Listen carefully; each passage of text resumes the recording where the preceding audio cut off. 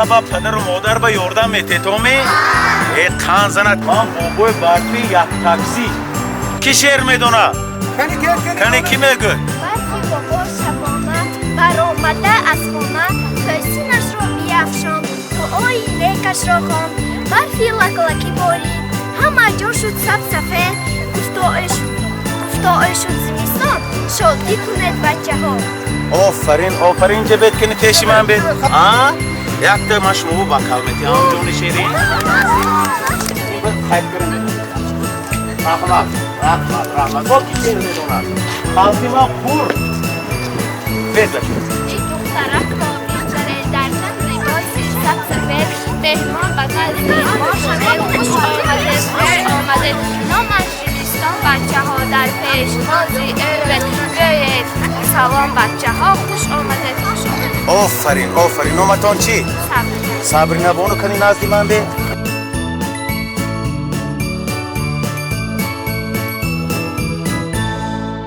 بای چوی نوشید حالا خروشید مکتبه ناز خونه بچید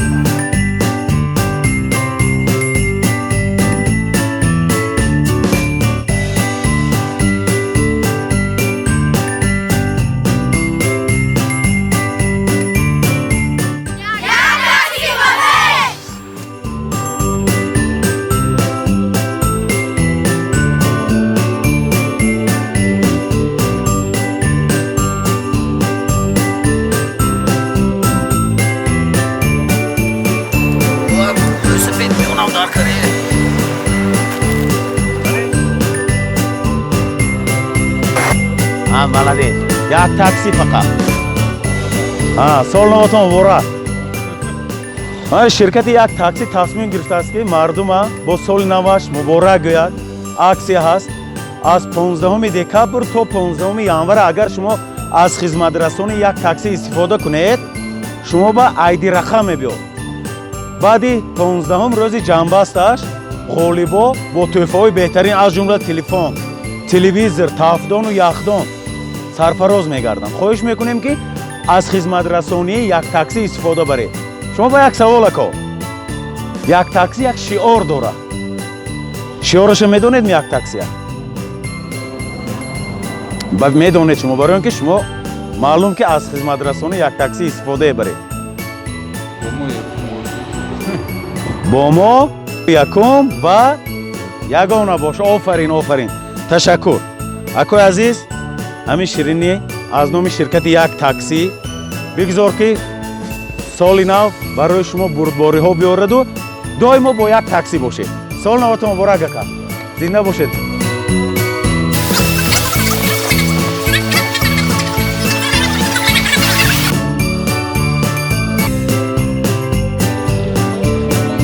السلام علیکم. شرکت یک تاکسی باکو از 15 دکبر تا 15 ژانویه اکسیه رفت. اکسیه سال نوی. اگر شما از خدمت رسانی یک تاکسی دوام همین یک ماه با استفاده کنید هرچی بسیارتر استفاده کنید همین قدر شانسی بردی تلویزیون، تلفن، تافدان و یخدان امکانیت به دست میارید. همین به همین مناسبت شرکت یک تاکسی تصمیم گرفته است که مردم را تبریک کنند.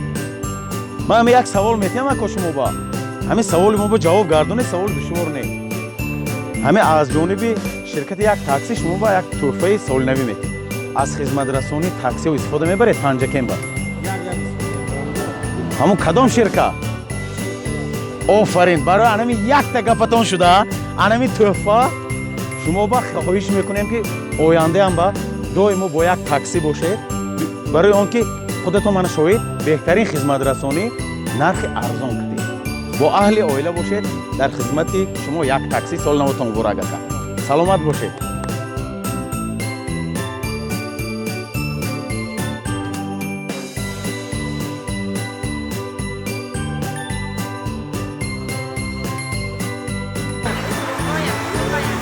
آفرین نشد از که میدونستگید تو. آفرین معلوم که شما مزاج یک تاکسی احترام را خواهش میکنیم که در میل بعدم از خدمت رسانی یک تاکسی حتما استفاده برید. من خواهر عزیز من همین تحفه سال نوی از نام شرکت یک تاکسی تشکر زیاد. سال نوتون مبارک باشید.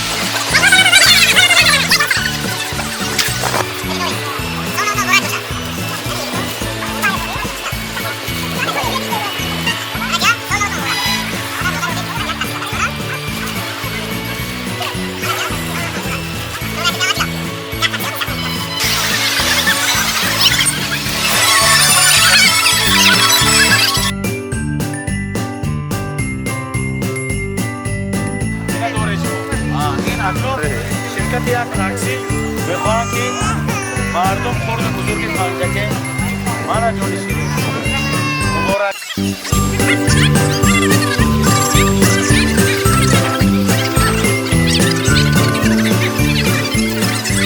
اکو عزیز، شرکت یک تاکسی در شهر پنجکه از 15 دکامبر تا 15 ژانویه عکس سالنوی اعلام کرده.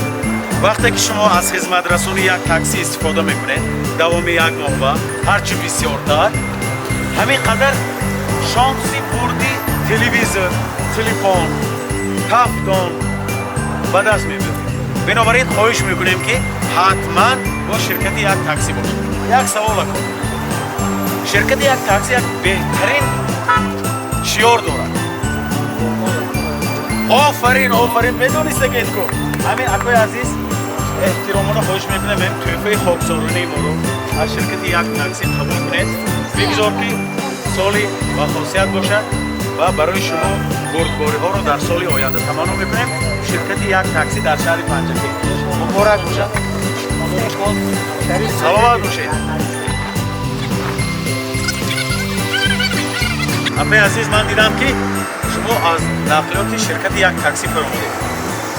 همین خدمت رسانی هاشون چخیل؟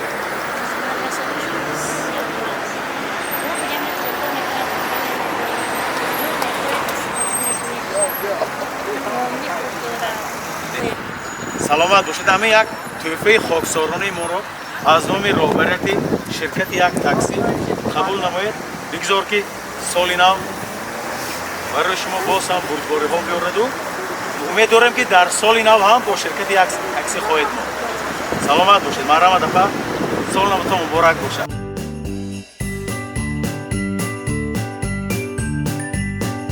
یک شما به یک سوال، شما اومد از خدمت رسانی یک تاکسی استفاده میبرید؟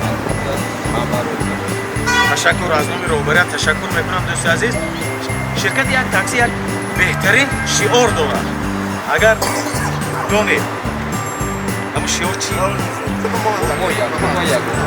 سلامت باشید. سلامت باشید دوستی عزیز. همین تحفه خاکسارانه ما رو از نام شرکت یک تاکسی قبول کنید. سال نوتون مبارک باشد دوستی عزیز.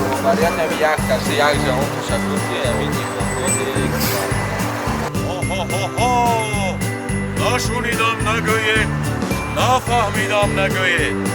از 15 دکامبر تا 15 ژانویه عکس سالنوی در یک تاکسی در شهر پنجکه. هرچی بیشتر زنگ زنید و هرچی بیشتر امکان برد تحفه ها را به دست بیارید. تحفه های بهترین تلویزیون، تلفن، تفتون و غیره.